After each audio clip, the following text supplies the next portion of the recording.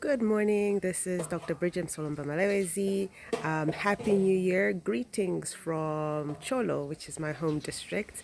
Thought it would be nice to start the year fresh in a different location as well. This new year, I know there's a number of things that we'll probably be tackling as we go across the year, but obviously I wanted to start off with something that is pertinent. It's a lot of you in questions and queries to me about COVID vaccines. So I'll do a couple of series of videos of this on COVID vaccines because there's quite a lot and I think it needs to be unpacked quite extensively. But today's one will just start on the basics of what COVID vaccines are, which ones are available, and also just tackling a little bit about mRNA vaccines, which I think are the ones that are most contentious and a lot of people are talking about that. Just as a start, fresh, like the basic foundation of the COVID vaccines, I think it's really important to start off by saying that I know a lot of people just say the COVID vaccine.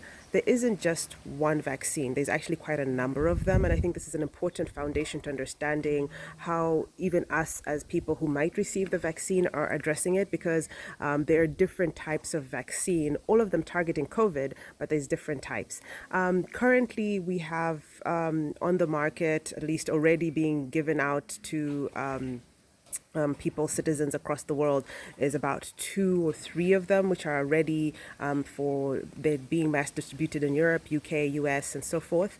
There are some in other countries that also have their own versions, but the ones that are prominently being discussed are 3 of them: Moderna, Pfizer, Biotech, and then there's an AstraZeneca Oxford vaccine. So these 3 are the ones that you can see. I think we're seeing posts from health workers and others in the West, US, UK, showing us receiving the vaccine. So those are the 3 that are out there. I wanted to address that issue because it's also important to realize that when people are like the COVID vaccine, it's actually different types. So because it's different types, the same way, like for example, you have different painkillers. So you have Panadol, you have Indesid, you have Brufen, etc. You also have different types of COVID vaccine. They're all targeting COVID. Similar like painkillers, they all target like pain, but they work differently. And this is important because I think I've seen a number of people saying, I'm not going to receive this vaccine because they've heard about one, but you can't sort of sweep all of them under the rug because each one is working differently. So that's important for us to know. So I think the first and most important thing for people as citizens and other people, just the general public, to realize is that when we're discussing COVID vaccine, there's different types. And these, like even of the ones I've said, the 3 that are there are the ones that are already on the market, but these others close. They're finalizing their trials. They're doing human trials, trying to make sure they're seeing the safety profiles and so forth, whether they're actually working. And so those ones is about 3 to 5, which are close to final. They should be ready by the first quarter of 2021. So again, hopefully they'll be able to be ready for mass distribution. And that will then talk about access and so forth and other aspects. So first, most important fact that everybody needs to know is that when we talk about COVID vaccine, we're talking about COVID vaccines, which are different types. So again, just that they work differently. When talking about the vaccine as well, I think the vaccines as well, it's also important to think through how do vaccines actually work? Because what is a vaccine? I know most of us are aware we take our kids for vaccination, but it's quite different now because this one will be targeting different age groups, mostly elderly and others. So again, just to try and think through what is the point of the vaccine. A vaccine is meant to be given to you before you get sick. It's actually a way of trying to get your body's immune system to be prepared for battle. So again, most of us know that our body has our own internal protective measures, our own immune system. They have different cells in our blood and different organs that work towards fighting infections and other foreign bodies in our body, whenever we're exposed to them. Vaccines' job is to prepare them. So it's like a trainer. It's meant to be like someone that comes and trains your personal immune system, your army, to fight infection. Why is that important? It's important because I think a lot of people are thinking, let's wait until I'm sick and then I get it. No, the vaccine is meant to be given to you before you get sick, before you're exposed. So again, it's important to think through realizing that even though you're healthy or you're feeling fine, but you only get the vaccine at that point because when you're already sick, there's no need to get a vaccine. That's an important point to give you. And then again, just to realize that there's different ways in which people can train your immune system.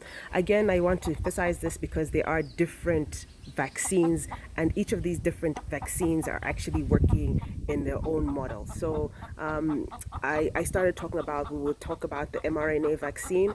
That's a very different model from how other vaccines work. But again, it's just the same way that, how do you lose weight? For example, when you're losing weight, you can diet, you can exercise, you can, do intermittent fasting or whatever it is. There's different ways in which you can train your body, your immune system. And so each of these vaccines is using a different model. That's an important element that I think all of us also need to realize, is that each of these different vaccines are going to be working differently, but at least that they're being shown to be working to create, to boost your immune system and getting ready for infection if it comes to you. Specifically, I want to address the mRNA vaccine because I think that's the one that's most contentious. A lot of memes, a lot of conversations around what is this mRNA vaccine. It's a new technology. They've basically created a genetic sequence that will promote how to produce a certain protein from COVID. It's not going to be the vaccine. It's not going to produce the virus in your body, but it's just a genetic sequence. It's important for us to realize that this is a messenger RNA. The M is actually messenger RNA, and in our body, there's two different types of like genetic material. DNA, which a lot of us have heard about. DNA is it's sort of the hub, the command center, and it never really actually gets out. It's within your nucleus, what's called the nucleus. So you can think of it as the command center of your cell. And then if you're thinking about it, it's like your DNA stays inside the house, whereas the yard, like, within a fence or whatnot, that's your cell. So your DNA never gets out of the house in the command center. It stays there, but whenever it wants to send instructions, it opens up, because most of us, I hope we know, DNA is like a double helix. It's like a coil of two different pieces of information, and then they hold around each other. It opens up, and then it creates an mRNA, or it creates an RNA strand. The RNA is what goes out into the yard, and then it gives instructions. So in the simplest terms, it's like having a ref. The ref is outside. The ref would be like inside the house giving instructions, but then he gives instructions to the team players, and everything that's happening is happening in the yard. It's important that way to know that, because mRNA doesn't go into your nucleus. It doesn't go to your DNA. It only works in the yard, and it's not going to integrate itself into your DNA. It can't. That is not how mRNA works.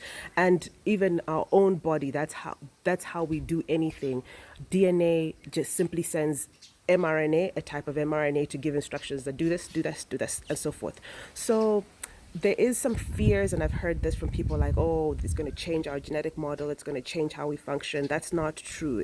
That's just not how mRNA works. And although, yes, it is a new technology, but it's a technology that we will, hopefully observe and watch, but it shouldn't be able, and it can't, at least our understanding of it now, be able to reverse itself into DNA, because it's not going to go into the nucleus. Very few viruses and very few have the ability, like RNAs are able to do that. HIV is one of the very unique diseases where itself is an RNA, but then somehow becomes DNA in our bodies. But all the other viruses don't do that, certainly not coronavirus, and certainly not this mRNA vaccine. So again, I think it's just to understand that the mRNA is M for messenger. The messenger is being sent out to create whatever it is meant to create. And in this particular instance, the mRNA is going to induce and create some spikes of the virus, and then your body reacts to that. So it's helpful to understand that, and I think people need to be aware, because I know there's a lot of panic, a lot of false science, and that's dangerous, because I think sometimes people will share information about science that's not necessarily true.